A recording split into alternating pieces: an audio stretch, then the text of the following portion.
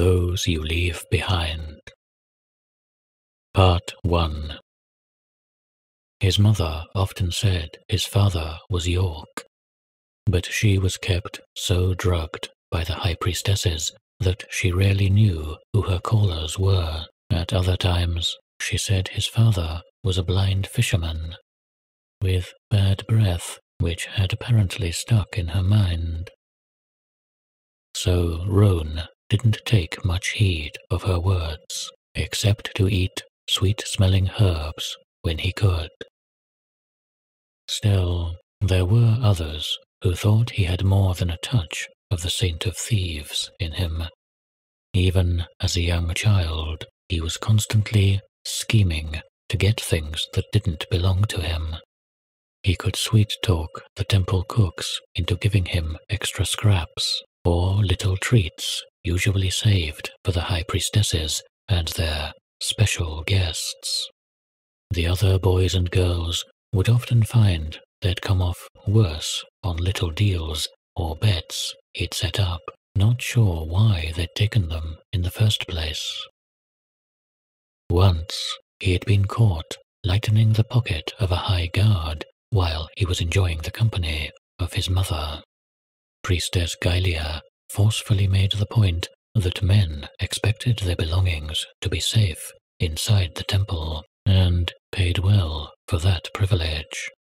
However, he noticed how she emphasized the word inside, and simply moved his operations elsewhere.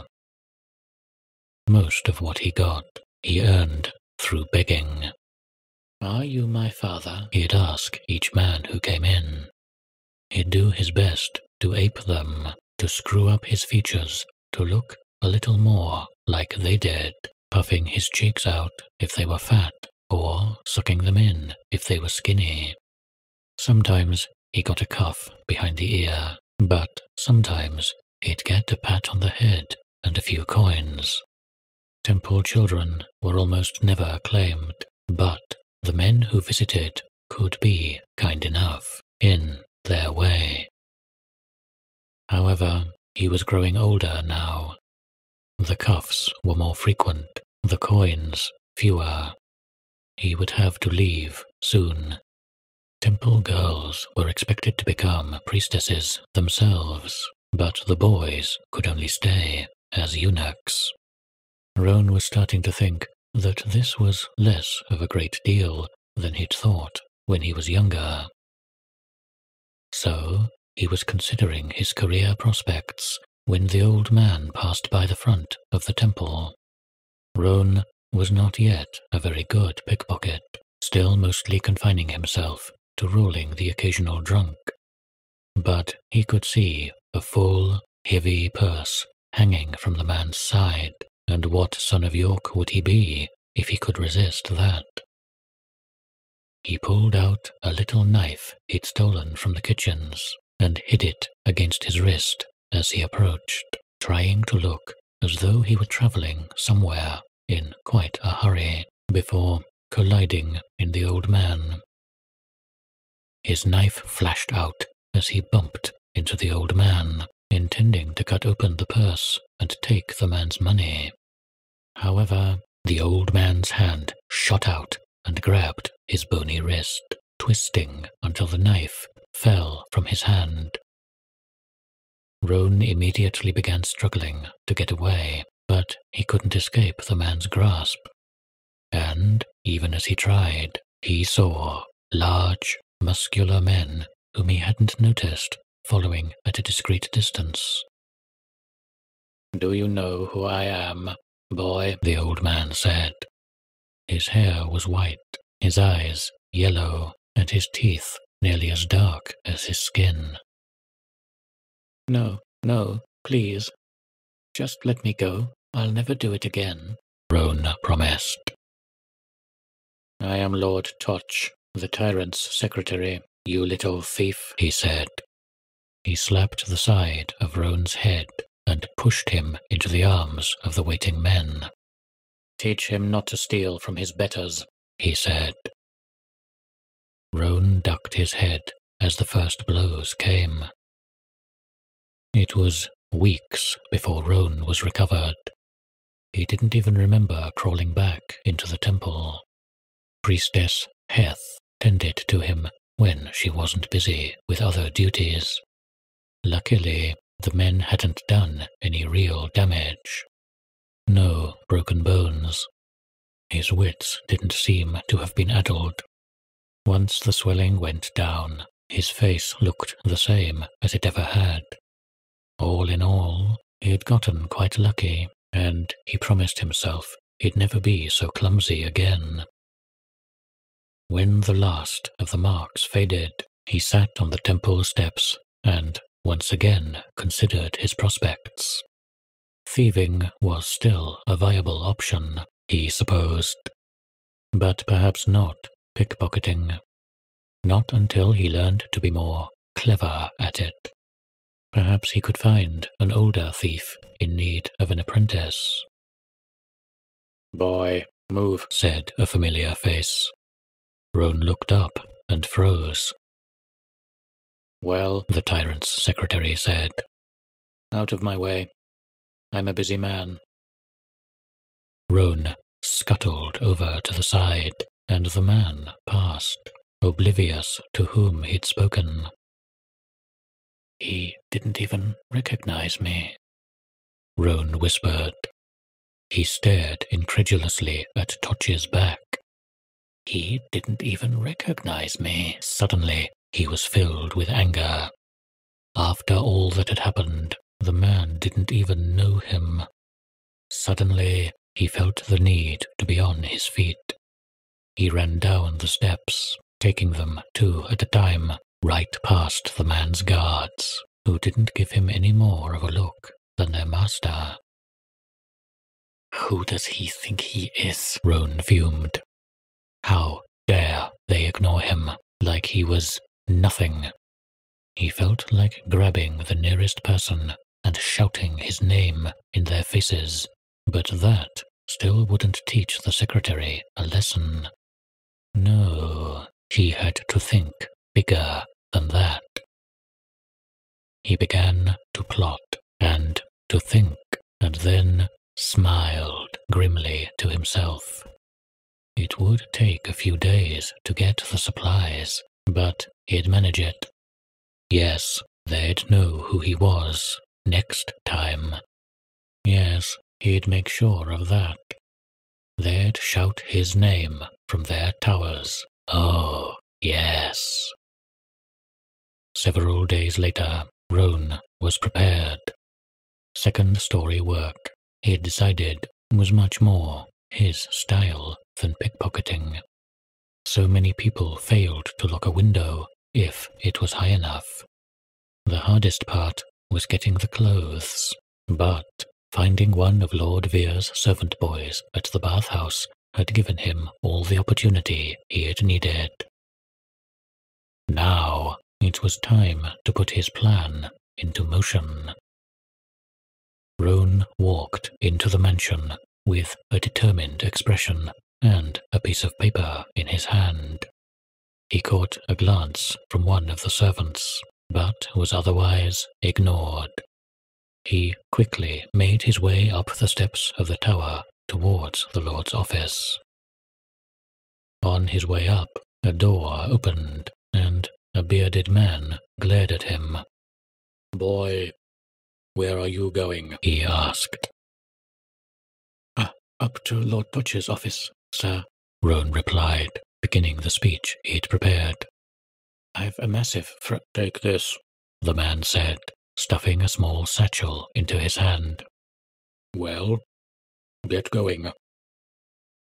"Yes, sir," Roan said, turning quickly away. He continued up the stairs. The office was empty when he carefully opened the door. He breathed a quick sigh of relief. That should make the rest of it easy. He paused to open the satchel and found it full of papers. He couldn't read, so he ignored them, though he'd likely be able to sell them later. He only needed to be able to write one thing today. He opened the window. he saw the tyrant's balcony across the way. The entire balcony was lined with bars, keeping thieves out, but letting the tyrant look out across his city. It was about 20 feet from Touch's tower to the tyrant's. Too far for Roan to jump. However, not too far for him to throw. He tossed the hook he'd stolen from the fishing boats. It was made for hunting the leviathan eels in the deeper waters. It was nearly too heavy for him to throw so far, but he managed it on the second try. He set his foot in the loop he'd made and swung out into space.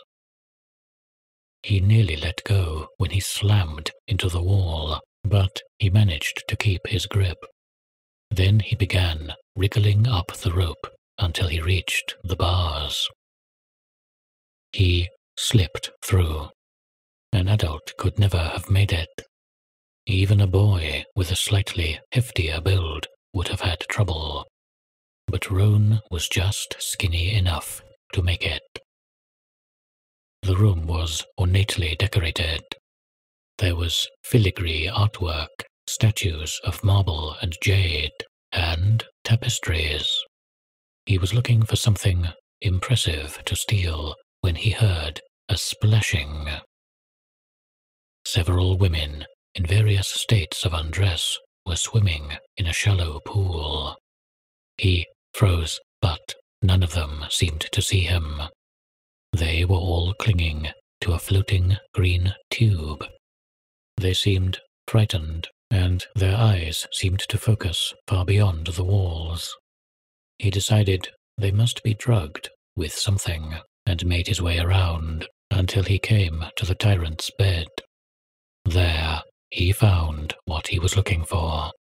It was an artifact of the old world, one of the strange, jeweled rectangles they sometimes found in place containers, with the gold lines running along its green surface. It was the largest he had ever seen, nearly as wide across as the length of his forearm. It must have cost even the tyrant dearly to buy. He placed it delicately into his bag. Then he took out the jar of paint. He cracked the seal, and then used a bit of the tyrant's own bed sheet on the wall behind the bed. He had had to pay a scribe to know what to do, and he copied the scratches on the paper slavishly. He had to get it just right. When he was satisfied with his work, he went back to the balcony. He slipped through the bars and threw the hook over to Touch's office. He swung back across and then clambered up to the window. He glanced inside to make sure no one was inside, and then made his way back down. This time no one challenged him. He walked through the street with his narrow back straight and his chin high as any lordling's son. By the next evening, everyone in the city would know his name. He woke the next morning when he was shaken by Priestess Galia. "Wake up! Wake up, you little idiot!" "Huh? He murmured. "There are men all around the city looking for you. You have to get dressed immediately." The silver-haired priestess hauled him to his feet and shoved him in the direction of the hamper where he kept his belongings. "No, not that. Something with a hood. You can't be that daft and be in all this trouble." As he blearily got dressed, her words sank in. Looking for him. The deeds of the previous day began to come back to him. He'd stolen from the tyrant himself. "Not that I think you did it," Galia said. "Not even you would be stupid enough to paint 'My name is Roan' after stealing the tyrant's favorite treasure. But they'll... Oh no, Roan. Please tell me you didn't." Roan began to consider whether or not it had been quite so clever as it had seemed when he'd come up with the plan. "Oh, good Lord. We have to get you out of the city, right now." She bundled him up, pulling the hood down over his face. "I know a caravaneer. He's not leaving until 2 days from now, but if you get out now, you can meet him on the road. But now, we have to get you out of the city before someone mentions you to the guard. Now, move." Roan let himself be guided out of the room and out of the temple, pausing only to pick up his bag. Gallia led him down narrow alleyways and through busy markets, eyes watchful for the guard. Once, a guardsman had walked right up to them, but he was just asking if Gallia was going to be at the temple later. Money changed hands, and she promised she would be for him. When they reached the gate, Gallia put a hand on his shoulder. "Now, you must listen to me. Walk alongside the road for the rest of the day. That should put you far enough from the city. Hide there and wait for a caravan to pass. Ask for Tenzin and tell him that Gallia sent you. He will help you." Roan nodded. "Thank you, priestess," he said, then considered the guards. There were 4, 2 watching the inside, 2 watching the outside. Gallia followed his gaze. "You'll need to get past them. I can't help you. Priestesses are not allowed out of the city, and they'll be suspicious if I approach. Just tell them a different name, and pretend you're out to see your uncle or something. You have a clever tongue, boy. Use it." "Thank you, priestess," he said. He realized suddenly that he wasn't going to be able to come back to the city. Not for a long time. Maybe not ever. He didn't know what to say. "Oh, Roan," she said softly, and she gathered him to her in a hug. "Be brave, be clever, and never stop running while you have breath to give." Then she released him, and she turned away, walking back to the temple. Roan squared his shoulders and walked up to the guards. "What do you want, boy?" one asked. He looked suspiciously at the boy, his picky blue eyes vivid against his dark skin. "Sir," he began, about to tell him what Gallia suggested, then decided to try something even better. "I know where Roan is." "Where?" the guard asked, standing straighter. The other 3 guards also looked on attentively. "Want part of the reward," Roan said. "Otherwise, ain't telling." "You'll tell, or I'm gonna black your eyes. Now talk," the guard said, leaning in close to Roan. The other 3, including the 2 who were supposed to be watching the outside, gathered close. All right, Roan said, squeezing his eyes until a tear ran down his cheek. "I'll talk, just don't hit me. He's planning on escaping the city. He's coming here." "What's he look like?" the guard asked. "No lies, now." "He's short and has brown hair, and that's him over there," Roan said, pointing to a small figure hurrying through the open square. The guards shouted an oath. The 2 from the inner gate ran toward the man Roan had pointed out, while the other 2 looked on. While their attention was focused inward, he slipped past them and ran out the gate. He heard a startled oath behind him, but he knew it would take them a minute to run after him, if they even decided to. He kept to the road for a moment, then cut off, falling into a ditch, then scrambling out again. Fields and trees stretched out as far as he could see, which seemed an awfully far way. Was it normal to be able to see that far away? There was a noticeable lack of alleys to duck into, or thick crowds to lose himself in. There were people on the road, and people working the fields, but nowhere he could simply vanish. That could be a problem very shortly. He glanced behind him. There seemed to still be some commotion at the gate, but no one running yet. "What are you doing in my field?" someone yelled.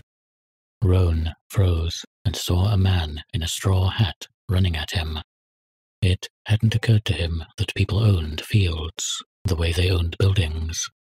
He figured it all belonged to the tyrant until you were too far away to care about him. He decided to take the half-wit approach. "Sorry, I got confused," he said. The man drew up and looked Roan up and down. "Who are you?" he asked. "Why are you all alone here?" "My name's Heather," he said. "Gone see Munkle." He decided this was as good a time as any to break out Gallia's lie. It had been a good one, all things considered, and it was a shame to waste it completely. The man's face broke into sympathy. "Your uncle? Whose farm does your uncle work at? I know every landowner around here. I'll help you find him." Roan's face froze. How could the man know everyone? He hadn't counted on this. At Lan's farm," he said, giving the most common name he could think of. Lots of lawns around here. Where did your parents tell you to go?" asked the farmer. "East, sir," Roan said, giving the general area the road followed.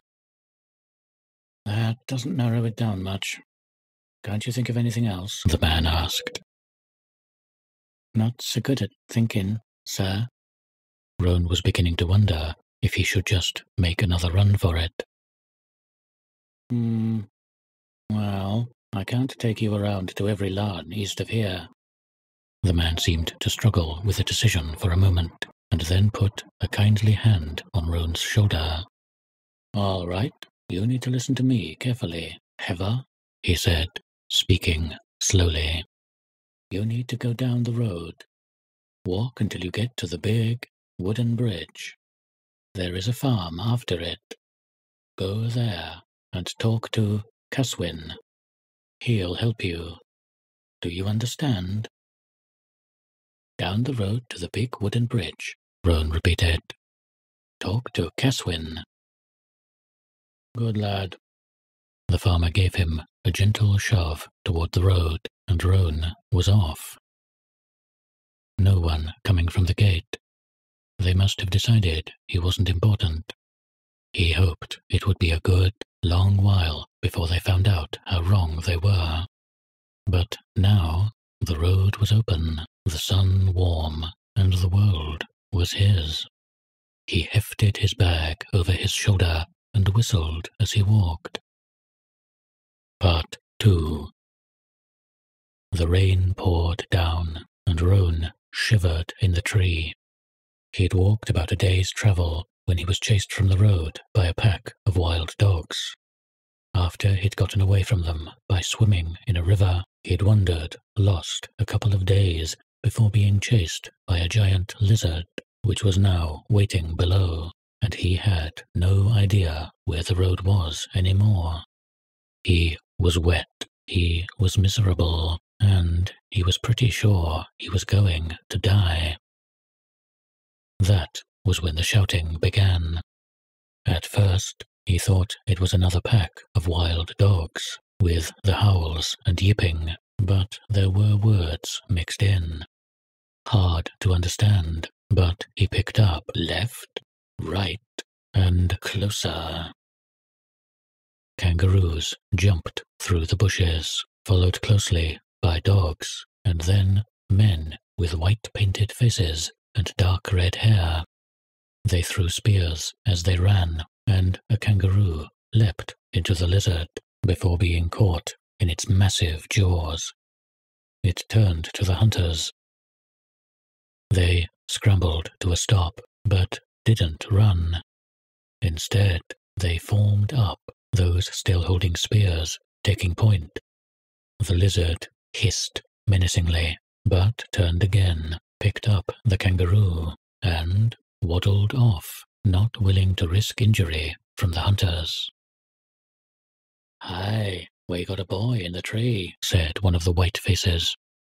He wore leather breeches and a simple shirt, both in mottled grey and black. Others, dressed similarly, looked up. "Strange fruit for a yuck tree," another said, laughing. "Is it ripe?" asked one. "Go and smell for yourself," said another. "Oi, you in the tree, you coming down? Fangface is gone." Roan gently lowered himself to the ground and nearly fell as his much-abused muscles protested. Thanks, he said. "You're from the city," the white-face said. "You're running away?" Roan nodded cautiously. The nomads sometimes traded with the city, but it was said they had little to do with the guards, when possible. "Well, you'll come with us now. We saved you. You're ours now," said the whiteface. Roan was caught by surprise as two of them grabbed his arm.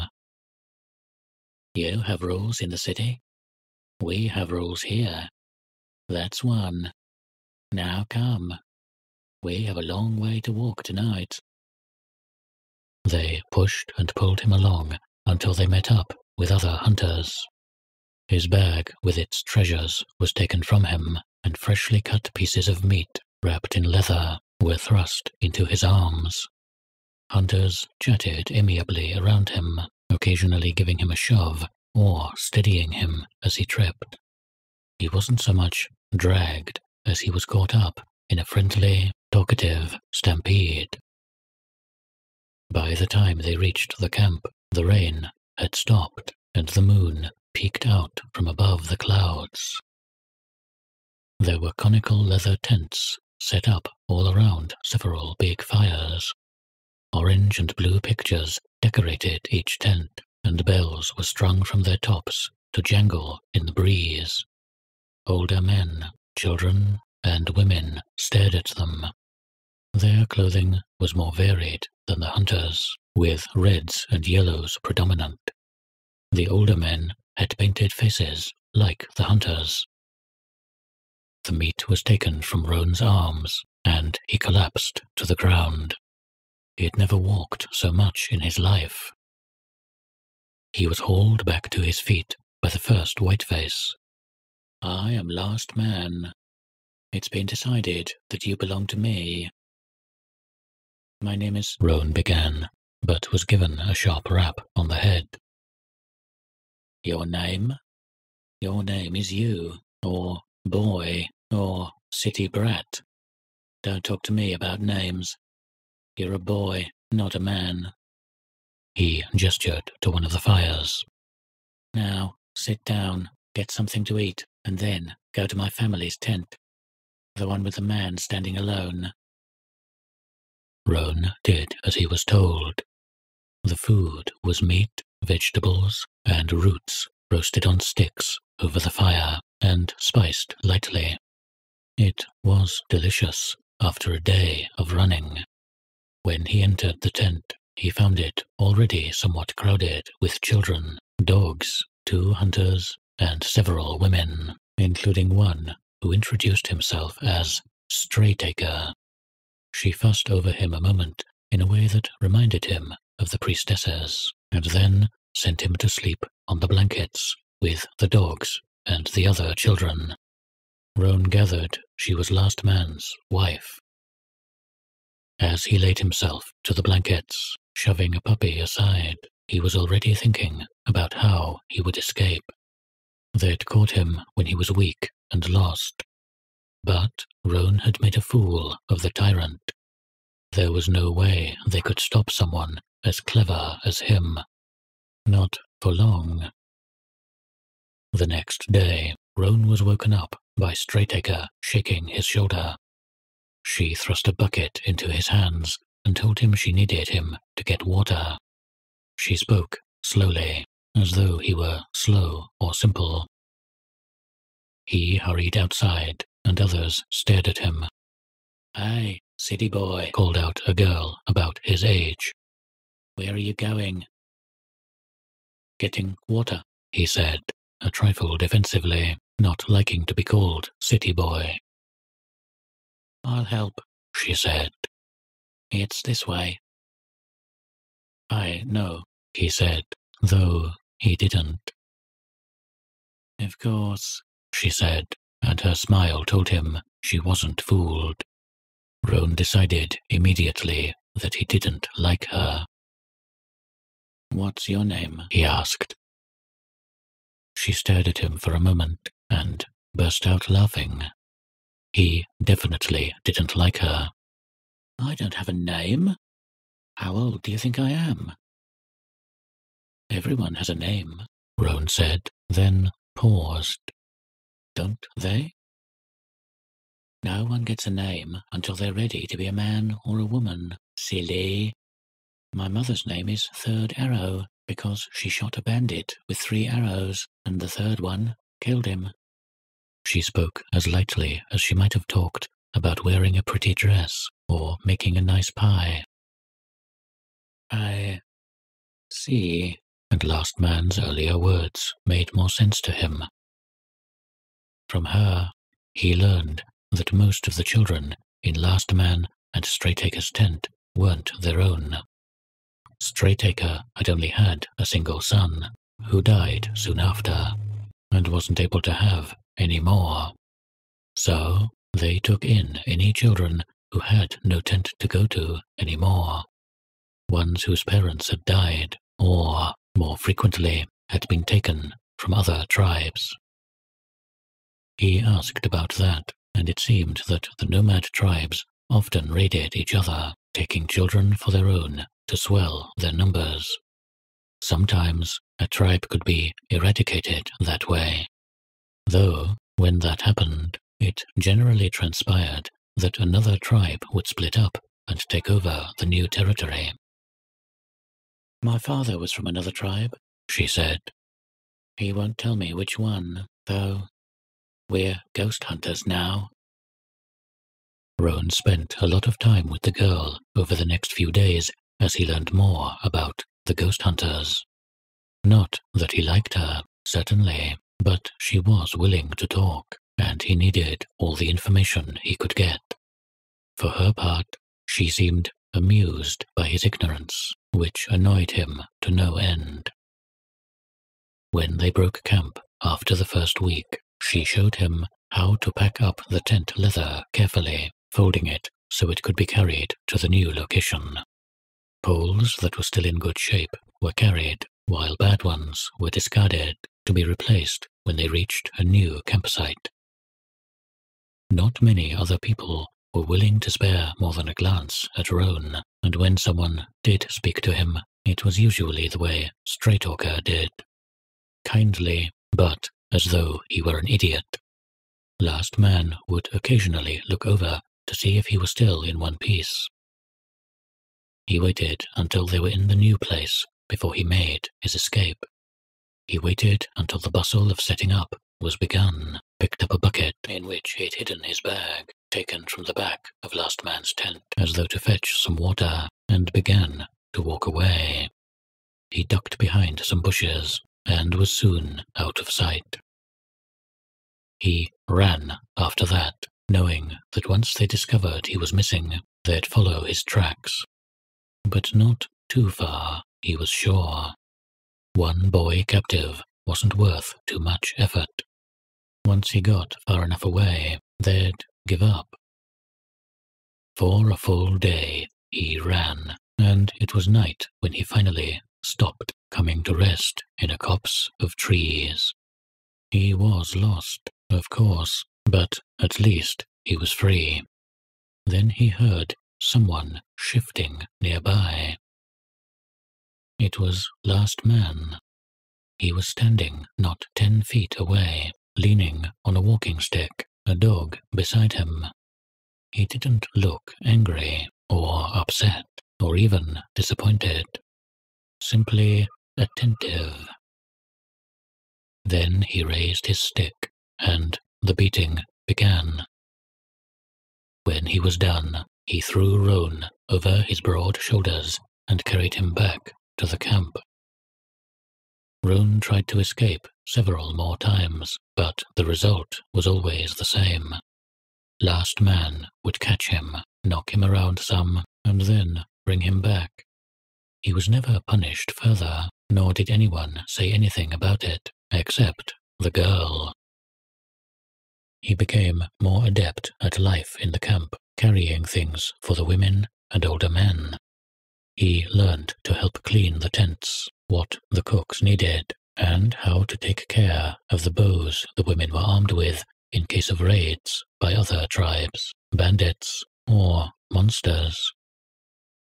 His old clothes wore away and were replaced by leather breeches and simple cloth shirts.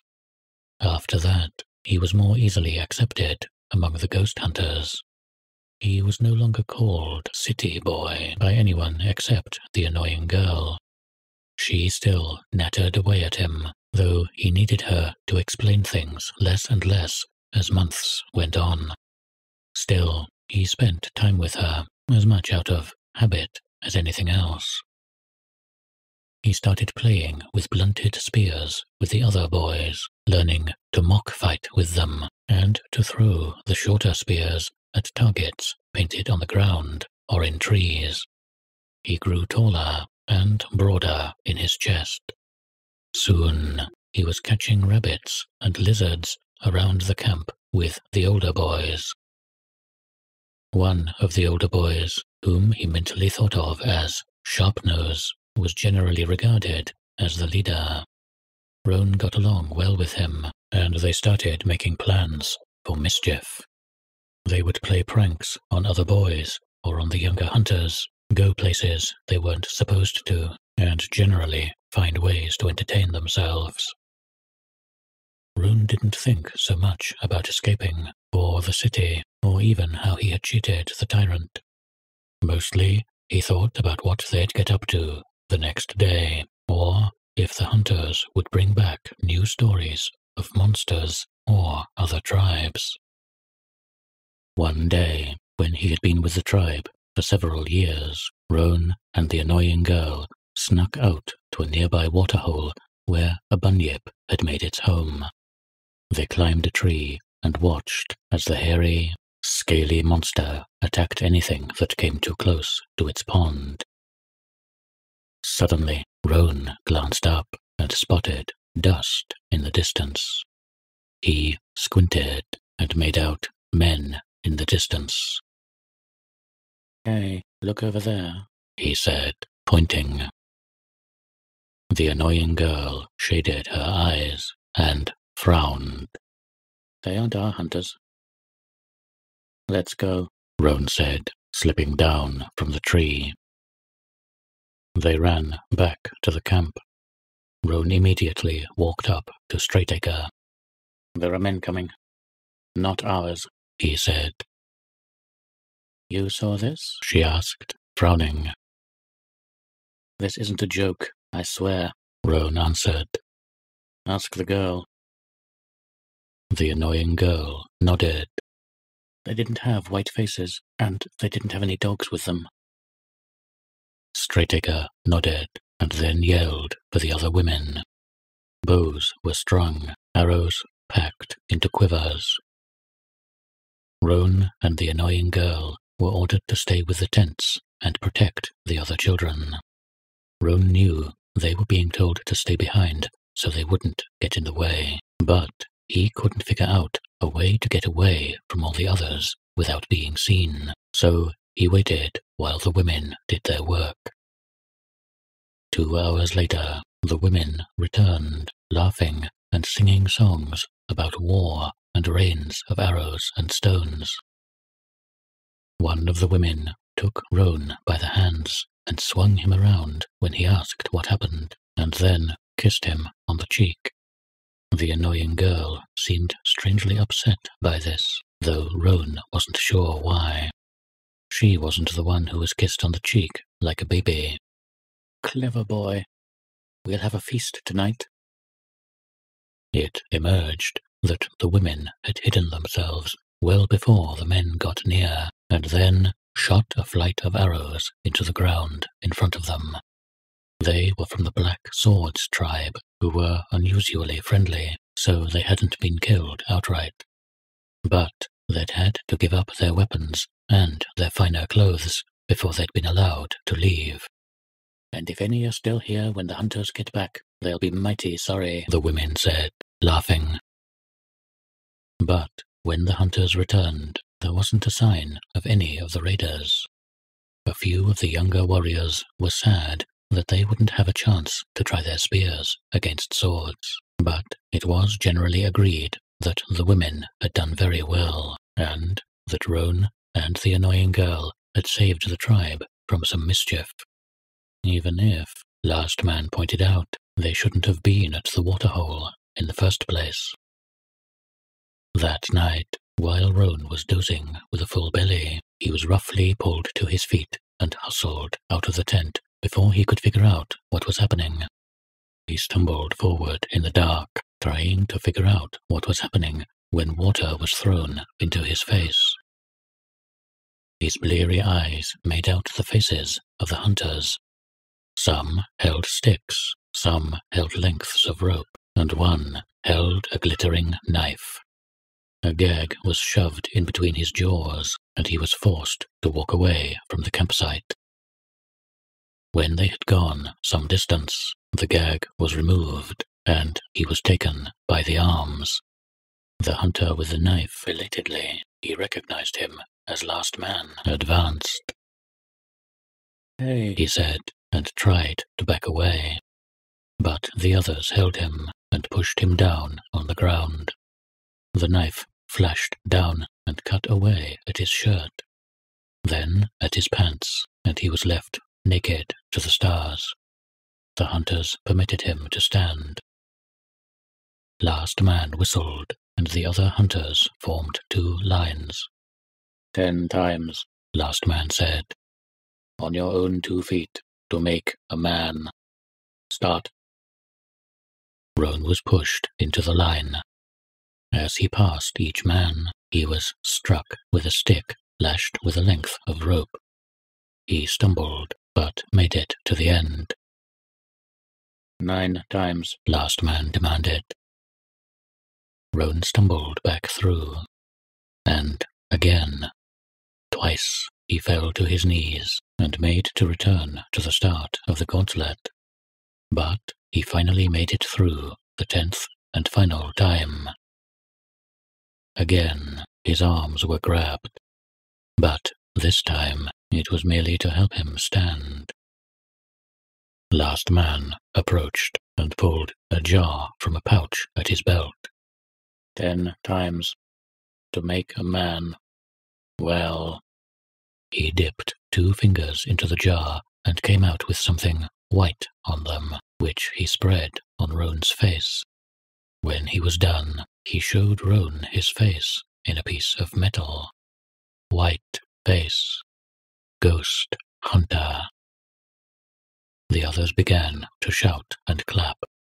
They gave him his grey and black clothes and a spear. He was slapped on the back, punched in the arms, and his bruised body complained again. But he wouldn't have traded any of those aches away. He began to go out with the hunters. He was shown how to take care of his spear, and how to make a new one. His job now, though, was to run with the dogs and flush out prey for the older hunters who would take the kill. He longed to test his spear out, but he was still much too new to be given that chance. He didn't even have a name yet, but that would come in time. Sharpnose became a hunter not long after. The 2 remained friends, but there was now an edge to their friendship, a competition to see who could be the better hunter. who would earn his name first. "You're just a city boy," Sharpnose said mockingly. "You'll be years before you get a name, if ever." "You're too thick in the head," Roan replied. "Unless you earn it headbutting boulders, you'll be years before you do anything clever enough for a name." They got into a shoving match and ended up laughing in the mud until Last Man broke up their play fighting and told them to find something useful to do. The annoying girl had less time to spend with him. Straytaker had taken her aside, and now she was learning to use a bow, among other womanly duties. Roan felt a certain sadness with that. He'd grown used to her. She wasn't nearly as annoying as she used to be.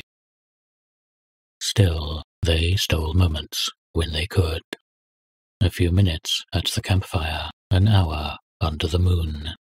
He bragged about feats of daring during the hunt, one or two of which actually happened, while she told him who was fighting in the camp, who stole whose dinner, and other little inconsequentialities he couldn't have cared less about, except that he loved to hear about them from her. One day he returned from the hunt, and she rushed up and put her arms around him, grinning like a maniac. "You'll never guess what's happened." "I might," he said, pretending to be offended. "I can guess fairly well." "I have a name," she said. "That's not how the game's played," he protested. Then it sank in. "What, already?" "Oh, and I almost died," she added. "What?" he said, his head spinning. "Oh, you don't care about that," she said. "Anyway, my name—" "I care," he said. "It's Breaking Stone," she said, ignoring him. "Straytaker herself gave it to me. Isn't that nice?" "But how?" "I mean," he started, but she was off. "Oh, it was a nice little ceremony. She and the other women painted my belly and my breasts in ochre. I'd show you, but, well, I don't think you're quite ready for that." "How did you almost die?" he demanded. She sobered slightly. "There's a monster. It came near the campsite, to a tree where the children were playing with the older dogs. No one could see it, though." "It was hiding?" he asked. "No. It was out in the open, but unseen. Not even a shadow. But it killed one of the dogs, and would have gone after the children if the dogs hadn't set upon it. They couldn't see it, but they snapped at it, and we could tell where it was. I threw a stone pestle at it, and it broke against it. I don't think I hurt it seriously, but it left anyway." "We'll have to find it, kill it," Roan said, shaking. She had been there. The monster could have taken her. "Idiot," she said fondly. "What do you imagine Straytaker is talking to Last Man about right now? Her sewing?" "If she's anything like you," he grumbled, but took her point. The next day, Last Man took all of the hunters aside.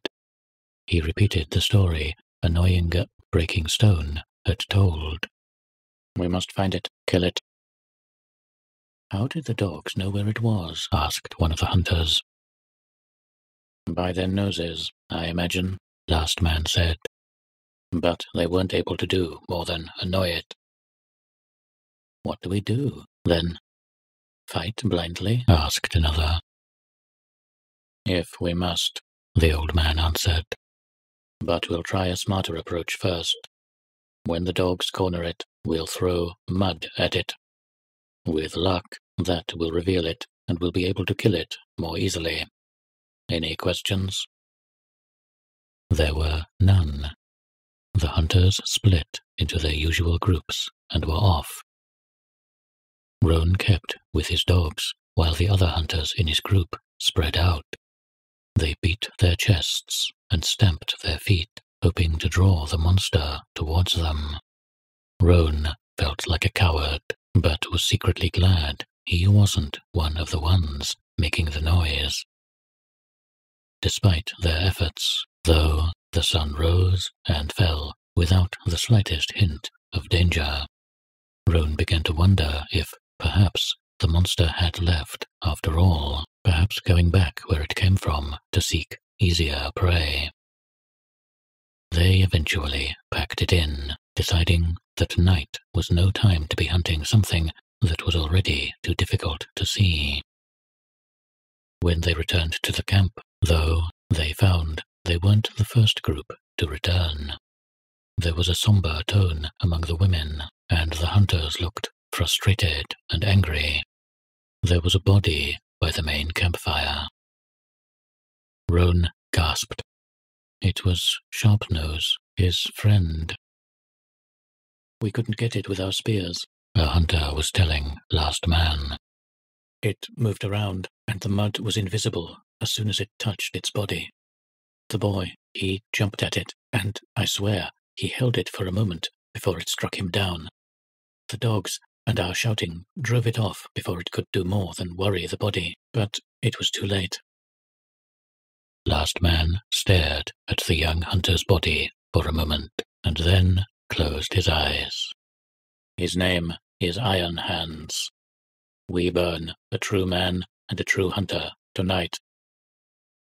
Roan stood to the side as they built up a pyre, dressed Sharpnose in finer clothes, and sent him on to the next life. It didn't seem quite real, but there it was. Sharpnose would never boss anyone around again. He'd never get into mischief with Roan or wrestle with him over a joke. It wasn't fair. In a moment, the fire was in him again. The same fire that made him steal the tyrant's treasure. It wasn't right that Sharpnose was killed. It was time to make things right. His mind worked feverishly, and soon he came across a plan. While the others told stories of Sharpnose, Roan went from one tent to another and began to assemble the items he needed. He realized, in a detached way, that their owners would probably be cross with him if this didn't work. Possibly even if it did. But that didn't matter, because his plan would work. He would make sure of it. He waited until almost dawn, and then set out to where Sharpnose and the others had gone. He didn't know it would be there, but he had to start somewhere. He took out Sharpnose's bloody shirt and tied it to the dog that had come out with him.